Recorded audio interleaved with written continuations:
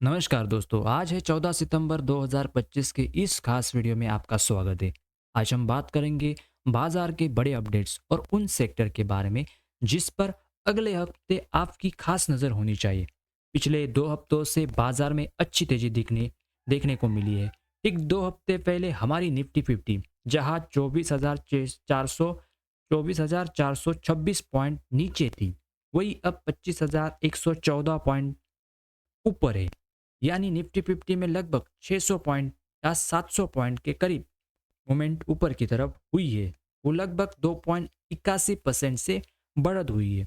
Nifty 50 के साथ साथ बैंक निफ्टी और बाकी कई सेक्टर में भी तेजी देखने को मिली। लेकिन दोस्तों, इस बीच रेलवे सेक्टर पर नजर रखना बहुत जरूरी है। रेलवे सेक्टर के स्टॉक में भी पिछले 2 हफ्तों में अच्छी बढ़त हुई है। जैसे आईआरएफसी ने 6 से 7% और आरवीएल ने लगभग 11% ऊपर चढ़ गया, लेकिन अभी भी उतनी तेजी नहीं आई जितनी आनी चाहिए थी।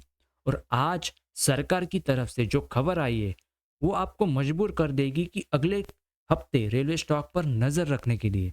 पहले आप खबर की तारीख और समय देखिए। 13 सितंबर 2025 शाम के 3 बजे नॉर्थ ईस्ट भारत में 77,000 करोड़ के रेलवे प्रोजेक्ट्स शुरू किए जा रहे हैं। यह जानकारी खुद रेलवे मंत्री अश्विनी वैष्णव जी ने दी है। यह खबर बहुत बड़ी है क्योंकि सरकार इन प्रोजेक्ट्स को जल्दी से जल्दी शुरू करना चाहती है और यह रणनीतिक तौर पर बेहद ज़रूरी है। यूनियन मिनिस्टर अश्विनी वैष्णव ने शनिवार को इस 77,000 करोड़ के प्रोजेक्ट की घोषणा की। साथ ही साथ प्रधानमंत्री नरेंद्र मोदी जी अभी मिजोरम दौरे पर है, जहां उन्होंने मिजोरम की पहली रेलवे लाइन का उद्घाटन किया है। यह रेलवे प्रोजेक्ट बहुत कठिन है। इसमें 45 सुरंग यानी टनल और 55 बड़े पुल बनाने पड़ेंगे क्योंकि यह इलाका हिमालय के पहाड़ों में और गहरी घाटियों वाला है।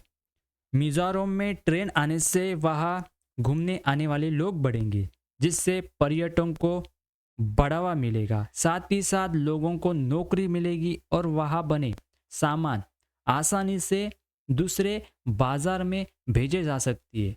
इसलिए ये प्रोजेक्ट मिजोरम के लिए बहुत ही अच्छा और लाभदायक साबित हो सकता है। सबसे खास बात यह है कि भारत में जब पहली बार रेलवे आया था 172 साल पहले, तब से लेकर अब तक मिजोरम में कभी रेलवे लाइन नहीं बनी थी और अब पहली बार यह बनने जा रही है। मिजोरम के लिए अलग से 871 करोड़ का प्रोजेक्ट भी घोषित हुआ है, जबकि पूरे नॉर्थ ईस्ट के लिए 77,000 करोड़ का बजट है। अब समझते हैं कि यह क्यों इतना ज़रूरी है।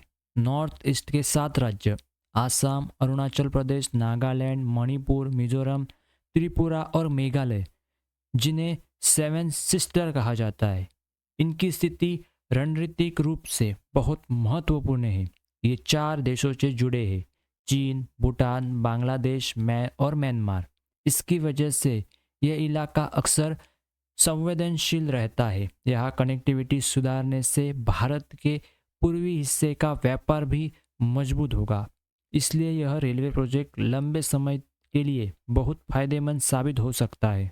अब बात करते हैं रेलवे स्टॉक की। आईआरएफसी रेलवे की सबसे बड़ी कंपनी है। जुलाई में इसका शेयर 230 तक गया था, फिर वह 118 तक गिरा, यानी लगभग 50% की गिरावट है।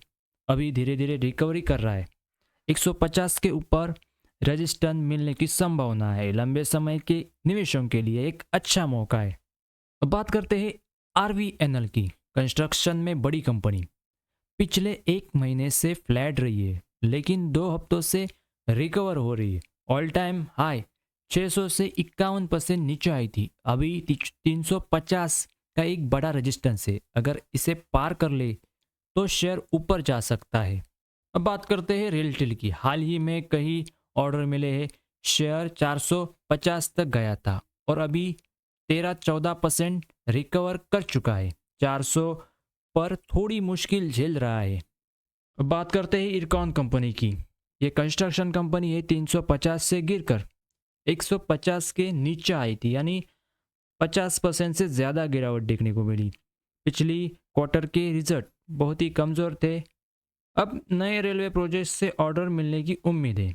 अन्य कंपनियां देखें तो टीजी, जेडब्ल्यूएल जैसी प्राइवेट कंपनियां भी रेलवे सेक्टर में काम करती है। JWL एक समय 50 से 1200 तक का शानदार रिटर्न दिया था। तो दोस्तों एक डिस्क्लेमर देना चाहता हूँ, जो भी हमने रेलवे स्टॉक की बात की वो बाय या सेल रिकमेंडेशन नहीं है, खाली एजुकेशन पर्पस के लिए मैंने बताए। तो दोस्तों इस बड़ी खबर के बाद अगले हफ्ते रेलवे स्टॉक पर ज़रूर नज़र रखें। तो आज का वीडियो यही ख़त्म करते। अगर वीडियो अच्छी लगे तो लाइक और सब्सक्राइब ज़रूर करें। मिलते हैं अगले वीडियो में, तब तक के लिए टेक केयर, बाय बाय।